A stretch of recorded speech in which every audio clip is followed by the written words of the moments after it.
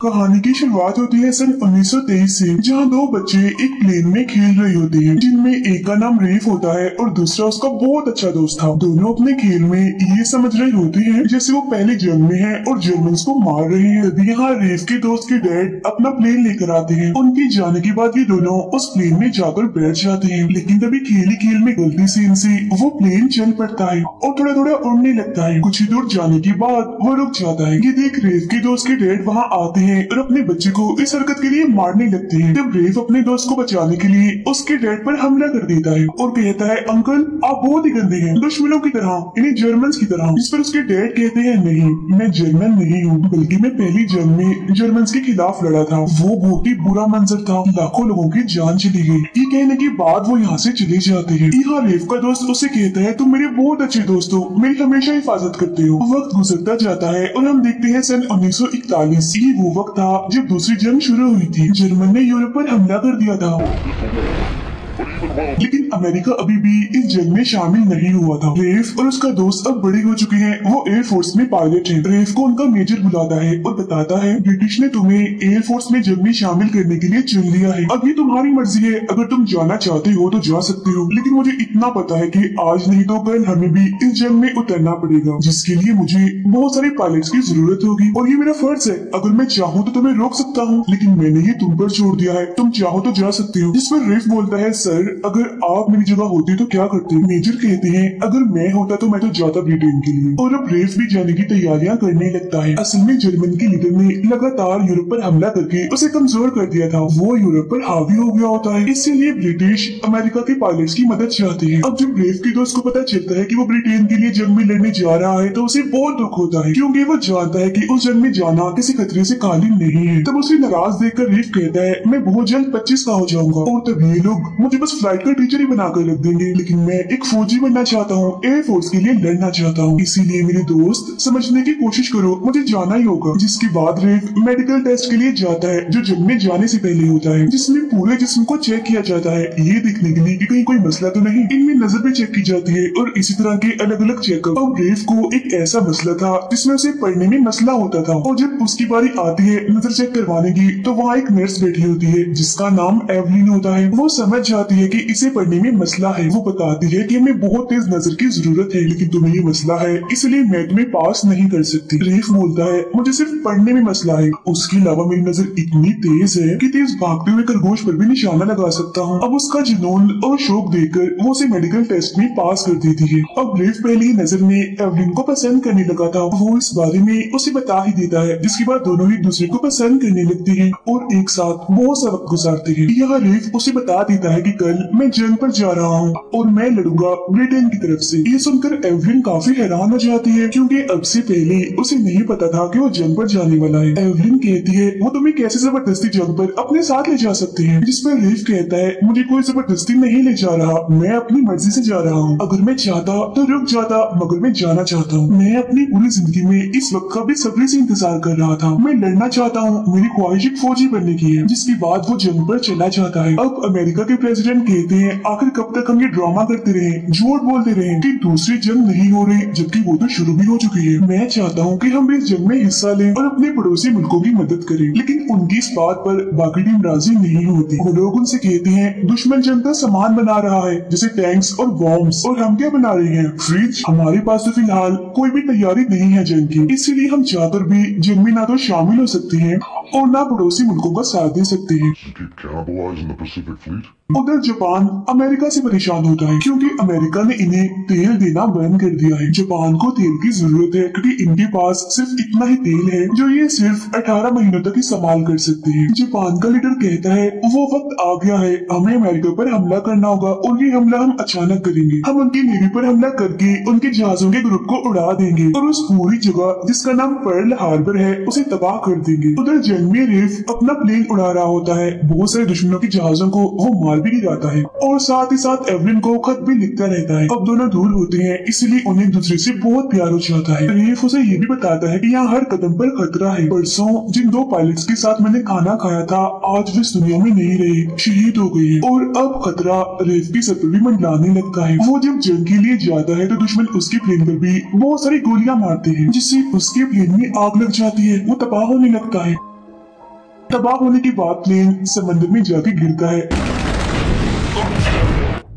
और कहीं खो जाता है, जिससे सब ये मान लेते हैं कि रेफ मर चुका है। एवलिन को खबर देने के लिए रेफ का दोस्त जाता है, क्योंकि जाने से पहले रेफ ने अपने दोस्त को ये कहा था कि अगर मुझे कुछ हो जाए तो ये खबर जाकर तुम एवलिन को देना, ताकि उस मुश्किल वक्त में उसका दोस्त उसे संभाल ले और सहारा दे। उसकी मौत की खबर सुनकर एवलिन काफी टूट जाती है और दुखी होते हुए रोने लगती है, लेकिन वक्त के साथ साथ वो उसकी यादों को मिटाने लगती है, क्योंकि उसके दोस्तों ने उसे कहा था कि सब कुछ भुलाकर तुम्हें आगे बढ़ना चाहिए। साथ ही साथ रेफ का दोस्त भी उसे पसंद करता है, वो उसकी जिंदगी में आना चाहता है, और क्योंकि एवलिन को भी आगे बढ़ना था इसलिए दोनों एक दूसरे के काफी करीब हो जाते हैं और आखिरकार एक दूसरे को पसंद करने लगते हैं। उधर जापान पर्ल हार्बर यानी अमेरिका पर हमला करने की पूरी तैयारी कर रहा होता है। वो पर्ल हार्बर की सारी डिटेल्स यहाँ तक की तस्वीरें भी अपने पास इकट्ठा कर लेता है, जिससे उन्हें पता चल जाता है कि पानी में कौन सा जहाज कहाँ है। और तो और अमेरिका का ध्यान भटकाने और उन्हें गुमराह करने के लिए वो उल्टे उल्टे मैसेजेस भी भेजता है। अब अमेरिकन मीटिंग में थे और उन्हें कहीं न कहीं इस बात का तो पता था कि जापान कुछ न कुछ तो कर रहा है, लेकिन उन्हें ये अंदाजा नहीं होता कि वो पर्ल हार्बर पर हमला करने की तैयारी भी कर चुके हैं। फिर एक रात अचानक से एवलिन के सामने रेफ आ जाता है। जी हाँ, बिल्कुल रेफ, क्योंकि वो मरा नहीं था, अभी भी जिंदा था। उसे देख एवलिन काफी हैरान और जज्बाती हो जाती है। वो उससे कहती है, मुझे लगा कि तुम मर चुके हो, क्योंकि मुझे ऐसी ही खबर मिली थी। रेफ कहता है, हाँ बिल्कुल, क्योंकि मेरा जहाज पानी में गिर गया था,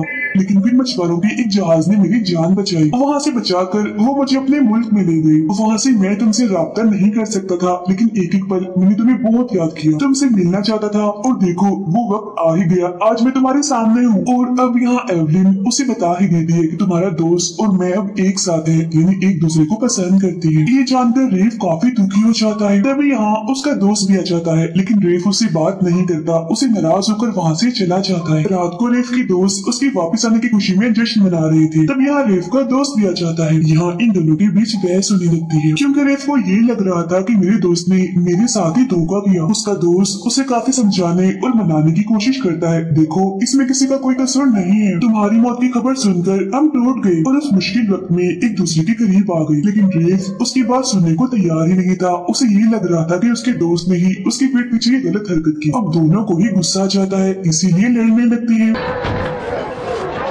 लेकिन काफी देर बाद जब दोनों का गुस्सा ठंडा होता है तो वो एक साथ गली में बैठकर बातें भी करते हैं। रेफ का दोस्त कहता है, फिक्र मत करो, सब ठीक हो जाएगा। जिस पर वो कहता है, मेरा ख्याल है अब हमारे बीच कुछ भी ठीक नहीं होने वाला। ये कहने के बाद दोनों ही उस गाड़ी में सो जाते हैं। उधर बहुत सारे मैसेजेस आने की वजह से अमेरिका को पता चल गया था कि जापान हम पर हमला करने वाला है, लेकिन हमला वो कहाँ करेंगे ये पता नहीं होता। जापान का प्लान था कि वो सुबह सुबह अमेरिका के पर्ल हार्बर पर मौजूद जहाजों के ग्रुप पर हमला करके उसे तबाह कर देंगे और अमेरिका को सबक सिखा देंगे। इसीलिए वो अपने बहुत सारे प्लेन्स को पहाड़ों से भी नीचे उड़ाकर वहाँ लेकर आते हैं और देखते ही देखते पर्ल हार्बर पर हमला कर देते हैं। हमले में जापान अमेरिका के इस पर्ल हार्बर को पूरी तरह से तबाह कर देते हैं, क्योंकि ये हमला बहुत ही बड़ा था।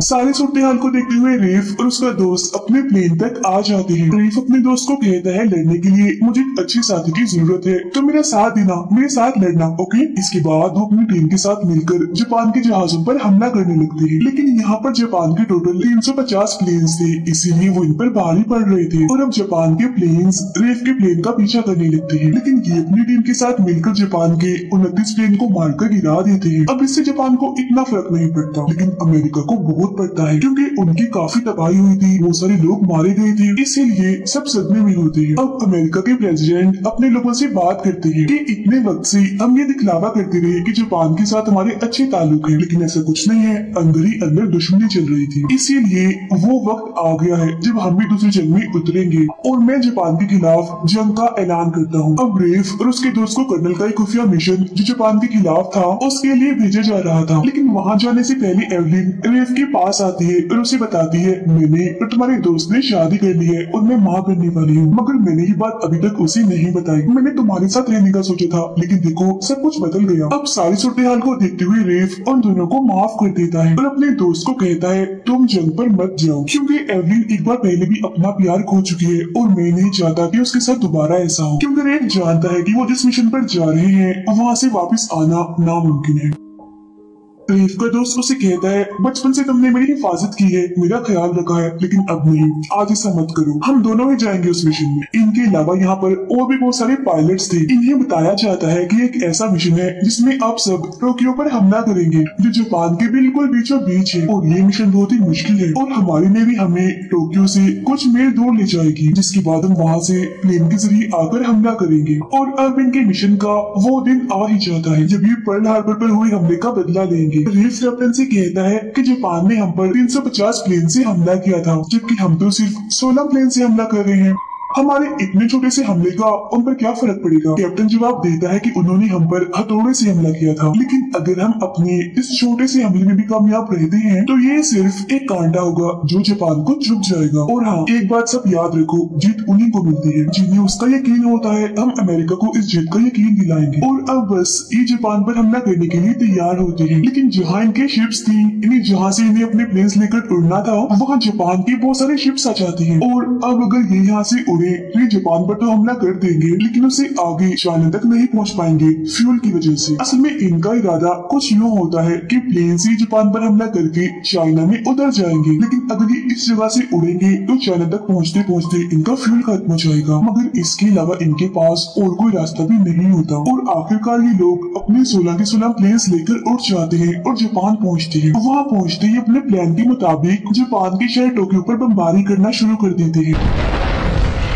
और इस तरह से ये अपने प्लान में कामयाब हो जाते हैं। लेकिन अब चाइना तक पहुंचना इनके लिए नामुमकिन था। समंदर के ऊपर से इनके प्लेन उड़ना शुरू हो जाते हैं, और जिस बात का इनको डर था वही होता है, यानी इनका पेट्रोल खत्म हो रहा है। लेकिन तभी इन्हें जमीन दिखती है, और जैसे तैसे ये उस जगह उतरते हैं, लेकिन रेफ और उसके दोस्त का प्लेन उतरते उतरते ही तबाह हो जाता है, और यहाँ इन्हें बहुत सारे जापानीज का सामना करना पड़ता है। वो लोग रेफ के दोस्त को पकड़कर अपने साथ ले जा रहे होते हैं। यहाँ इनके बीच गोलियों की बारिश हो रही होती है। हालांकि ये बहुत सारे जापानीज को मार गिराते हैं, लेकिन इसी बीच गोलियां लगने की वजह से रेफ का दोस्त बहुत जख्मी हो जाता है। गोद में लेकर रेफ उसे बता ही देता है कि तुम बाप बनने वाली हो। यह सुनकर उसे खुशी तो होती है, लेकिन उसे पता होता है कि अब मैं नहीं बचूंगा। उसकी इतनी बुरी हालत होती है कि वो रेफ की गोद में अपनी आखिरी सांसें गिन रहा होता है। फिर वो उसे कहता है, रेफ मेरे प्यारे दोस्त, अब से वो बच्चा तुम्हारा है। ये कहते ही वो अपने मुल्क के लिए शहीद हो जाता है। अब आज से पहले अमेरिका को पता नहीं था कि जीत का जुनून क्या होता है, मगर अब के बाद उनमें जीत का एक जज्बा पैदा हो जाता है, जिसके बाद सभी फौजी अपने मुल्क अमेरिका वापिस आ जाते हैं। रेफ की दोस्त इन्हें अपने हस्बैंड की मौत की खबर जब एवलिन को मिलती है तो वो बहुत दुखी हो जाती है और रोने लगती है, लेकिन कुछ चीजों को हम चाह कर भी नहीं रोक सकते। उन्हीं में से एक चीज मौत है। इन सभी फौजियों को काफी इज्जत दी जाती है, क्योंकि इन्होंने अपने मुल्क अमेरिका के लिए वो किया होता है जो कोई ना कर सकता हो। इसके बाद रेफ और एवलिन शादी कर लेते हैं। इनका एक बच्चा भी होता है जो रेफ के दोस्त का ही था। रेफ उस बच्चे को